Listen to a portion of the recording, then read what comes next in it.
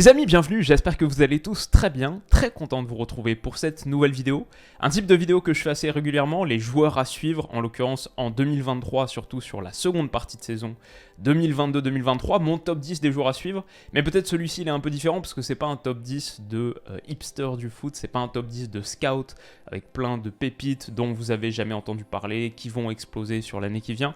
C'est des joueurs très connus pour la plupart et juste que je trouve très intéressant à suivre parce qu'ils sont à un moment crucial de leur carrière. 2023 pour tout le monde, sur la planète, c'est une année importante bien sûr, mais pour eux peut-être que l'enjeu est particulièrement fort et en tout cas pour moi ils sont à suivre et je vais les suivre parce que c'est des joueurs assez réputés, connus. Bref, à part peut-être le premier, Elias Benseghir, en bas de ce top 10, c'est bon, si vous suivez la Ligue 1 depuis quelques semaines, vous en avez entendu parler, c'est le jeune prodige de l'AS Monaco, 17 ans, qui a joué ses toutes premières minutes de Ligue 1 le 28 décembre 2022. C'était contre Auxerre, il a planté un doublé sur son entrée, sur la seconde période, et depuis, il a été titularisé à 2 reprises contre Brest, où il a failli marquer un 3e but, et contre Lorient hier, ça s'est peut-être un peu moins bien passé, mais voilà, quand on voit sa photo sur Transfermarkt, on voit d'où il vient, 17 ans, toute sa carrière devant lui, et en 2023, avec le déclin de Wissam Ben Yedder, avec ce qu'il montre depuis qu'il est arrivé,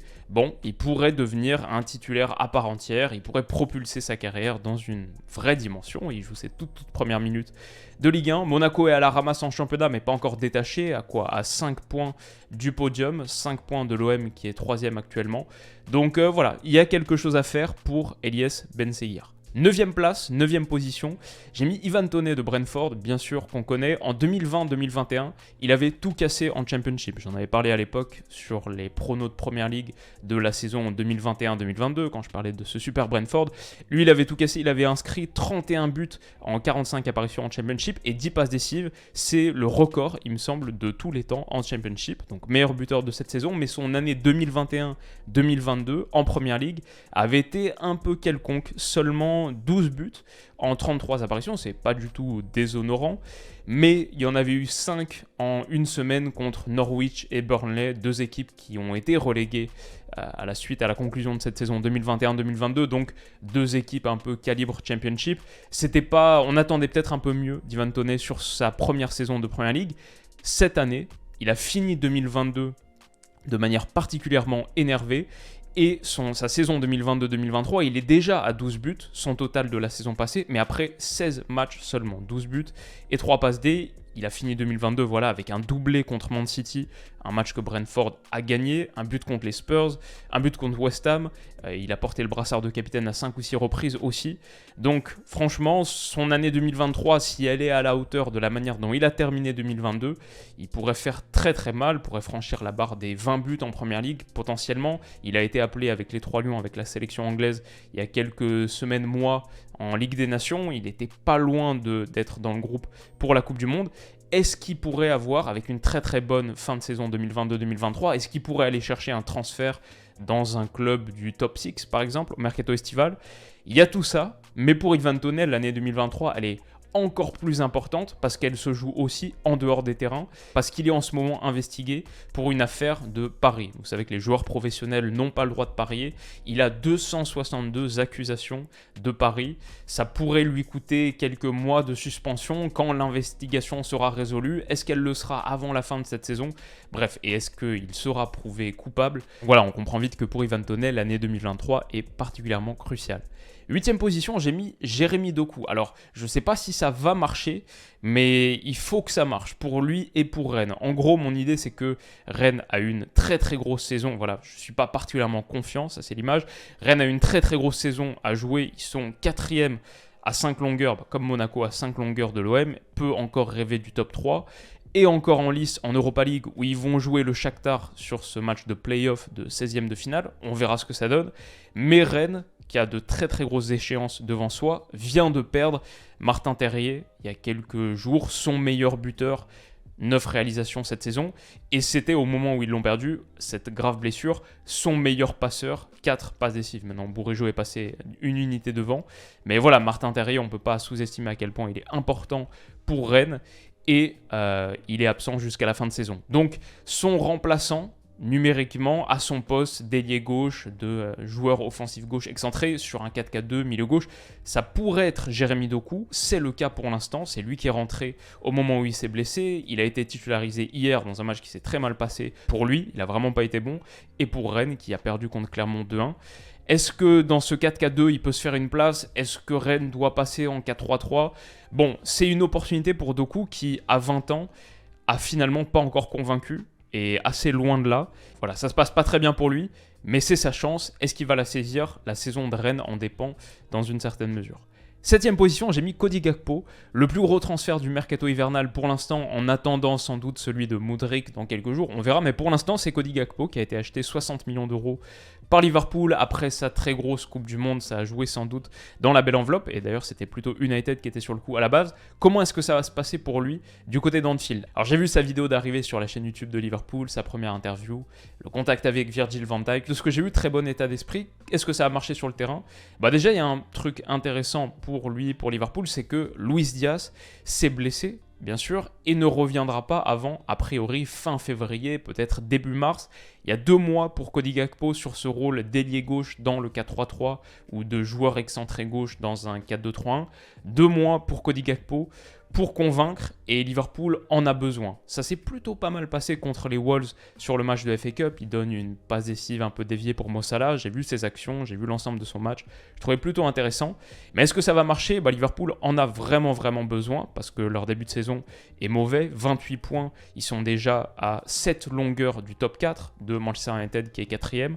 Est-ce qu'ils peuvent aller accrocher ce top 4? Et il y a le choc en Ligue des Champions qui arrive bien sûr contre le Real Madrid. Donc voilà, de très grosses échéances pour les Reds. Est-ce que Gakpo sera à la hauteur? Il y a lui, il y a aussi Darwin Núñez, j'ai un peu hésité avec lui sur cette 7ème position, je pensais aussi à Darwin, le rebond pour lui potentiellement. Liverpool a besoin de se sortir de cette très mauvaise passe et ça passera forcément par quelque chose de positif sur le trio. On a tellement été habitué à avoir ce trio magique, Firmino, Mané, Salah, bon maintenant il en reste plus qu'un seul, et derrière c'est le défi un peu auquel fait face Liverpool actuellement. Il y en a d'autres au milieu de terrain bien sûr, où il faudrait sans doute une bonne prise, un Bellingham, un Enzo Fernandez, un Caicedo, quelque chose pour renforcer un peu cet entrejeu. Mais si Cody Gakpo connaît une période d'adaptation limitée, apporte tout de suite de l'impact et des contributions, bon, ça aidera significativement Liverpool et c'est un très gros enjeu de cette seconde partie de saison.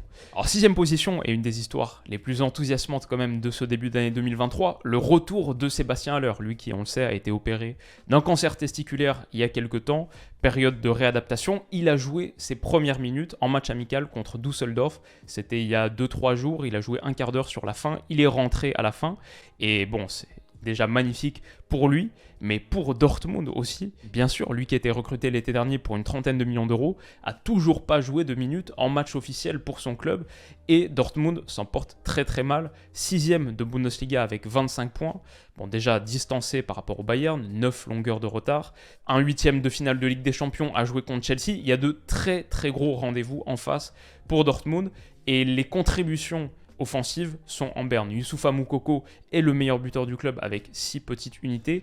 Anthony Modeste, qui avait été pris au dernier moment pour faire face donc à l'indisponibilité d'Haller, a planté seulement 2 petits buts.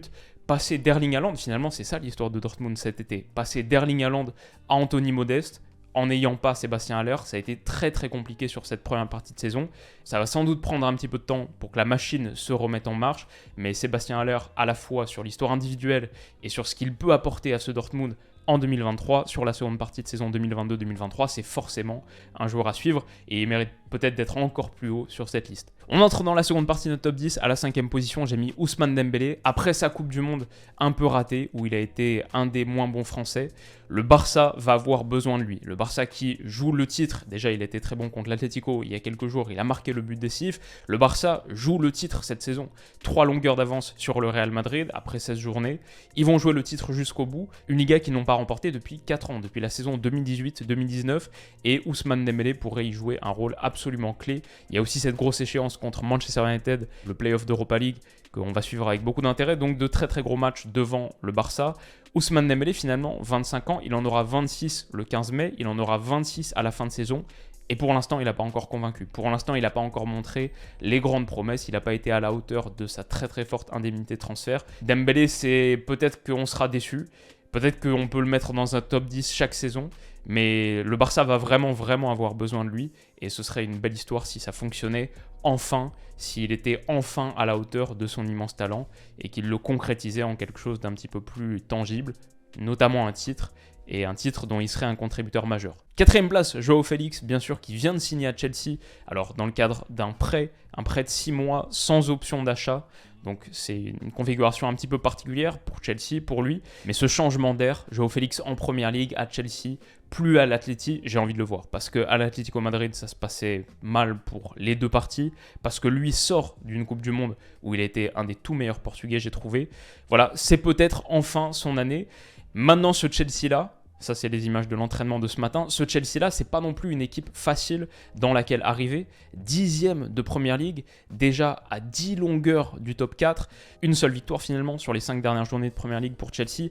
C'est assez simple, Graham Potter n'a pas encore trouvé la formule. Est-ce que Joao Félix peut l'aider? Est-ce que Joao Félix peut faire partie d'une formule gagnante? Et est-ce que lui peut relancer sa carrière alors qu'il est encore très jeune, 23 ans? Bon, c'est très intéressant et c'est à suivre. Comme Martin Odegaard du côté d'Arsenal, alors là on aurait pu citer beaucoup de joueurs. Peut-être que Granit Xhaka, Thomas Partey sont encore plus importants parce qu'il y a moins de couverture derrière. Si eux se blessent, qui les remplace? Mais mon idée derrière Martin Odegaard, c'est que avec la blessure de Gabriel Jesus en Coupe du Monde contre le Cameroun, son retour, on ne sait pas encore quand ce sera, longue indisponibilité à venir, c'est tellement important que le secteur offensif d'Arsenal step up et remplace ce manque de contribution. Odegaard, 7 buts, 5 passes décisives pour l'instant en 16 journées de Première Ligue, son apport est substantiel, impliqué dans 30% des buts d'Arsenal sur cette compétition, même tout ce qu'il réalise avant, bien sûr, les pré-passes décisives, la verticalité, l'ouverture d'espace. Il est un joueur tellement important dans le dispositif offensif des Gunners. Il est là aussi depuis tellement longtemps. À titre individuel, Odegaard, on le connaît depuis, ça c'est son premier match avec la Norvège, première sélection, c'est en 2014, il y a 9 ans, il a quoi, genre 14 ans, il signe au Real l'année d'après à 15 ans, cette image elle est absolument dingue, et son histoire elle est spectaculaire, après avoir été prêté à Eindhoven, au Vitesse Arnhem, à la Real Sociedad. Il a enfin trouvé sa vitesse de croisière à Arsenal, dont il est aujourd'hui le capitaine. Son niveau de jeu est impressionnant. Si Arsenal est champion cette saison, pour moi, il est un prétendant majeur et il sera peut-être élu meilleur joueur de Première Ligue de la saison. Voilà, depuis quelques années, on assiste à la véritable ascension de Martin Odegaard. 2023 pourrait être le clou du spectacle. Deuxième position, Kylian Mbappé. Alors là, j'ai vraiment hésité sur les 3 membres de la MNM. Toutes les histoires m'intéressent. Neymar, après le crève-cœur du mondial, et est-ce qu'il peut être à la hauteur physiquement, psychologiquement? Léo Messi, champion du monde en titre, qui se dirige vers un 8e ballon d'or, qui a accompli tous ses rêves dans le foot. Qu'est-ce que ça va donner? Et bien sûr, Kylian Mbappé, entre les deux, à la fois frustré, mais aussi sur la pente ascendante, qui a réalisé une Coupe du Monde absolument fantastique. Les deux sont aujourd'hui les 2 meilleurs joueurs du monde, je pense qu'on peut le dire sans risque de se tromper, seront numéro 1 et numéro 2 au Ballon d'Or 2023. Donc leur année, avec la grosse échéance qui arrive, le Bayern, est-ce que le PSG peut enfin aller chercher cette Ligue des Champions? Bon, moi ça m'intéresse très fort, et Kylian Mbappé, c'est jamais un mauvais joueur à suivre, parce que, est-ce qu'il y a vraiment besoin d'en parler? Et du coup, à la première position, Erling Haaland, sans trop de surprise, un duo Mbappé-Haaland en tête. Erling Haaland, lui, n'a pas joué la Coupe du Monde, et on peut imaginer que ça le chagrine un peu. Je pense qu'il a passé un très mauvais mois, mais qu'il s'est préparé à faire une seconde partie de saison à la hauteur de la première, après 16 journées de Première Ligue. Pour sa première saison en Première Ligue, il est déjà à 21 buts.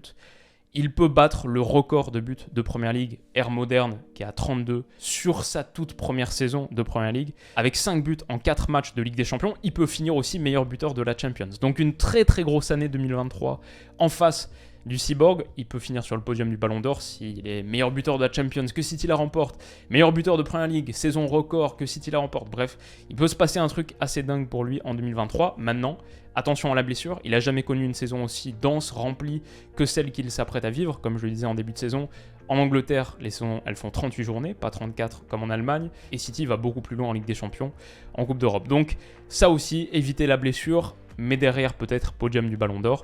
C'est un peu l'enjeu 2023 d'Erling Haaland. Et ça conclut notre top 10, grosso modo. On aurait pu parler de plein d'autres gars, ceux qui me viennent là immédiatement. Kvara, Osimhen, peuvent-ils porter Naples au titre? Mikhailo Mudryk, s'il signe effectivement Arsenal pour ce qu'on annonce, 80-90 millions d'euros, est-ce qu'il sera à la hauteur? Est-ce qu'il permettra à Arsenal de s'approcher de ce titre-là? Et peut-être Warren Zaïre-Emery, qui commence à avoir des minutes du côté du Paris Saint-Germain, 16 ans seulement pour lui. Il y a sans doute des rôles à jouer dans cet entrejeu, dans ce milieu de terrain, dans une saison qui s'annonce encore longue pour le PSG. Voilà, j'aurai mon œil sur lui. Et vous, à qui est-ce que vous pensez? Qui est-ce que vous mettriez dans votre top 10 des joueurs à suivre? Dites-moi ça. De notre côté, on se retrouve demain pour une longue discussion sur Arsenal et une vidéo supplémentaire ce week-end. Au moins une. J'imagine qu'on fera aussi l'analyse de Tottenham-Arsenal si le match est bon. Donc beaucoup de contenu qui arrive dans les jours qui viennent. Si celle-ci vous a plu de vidéo, n'hésitez pas à mettre un petit pouce bleu, à vous abonner pour ne pas rater les suivantes. Et de notre côté, on se retrouve très vite pour la suite. Prenez soin de vous et de vos proches et à bientôt. Bisous.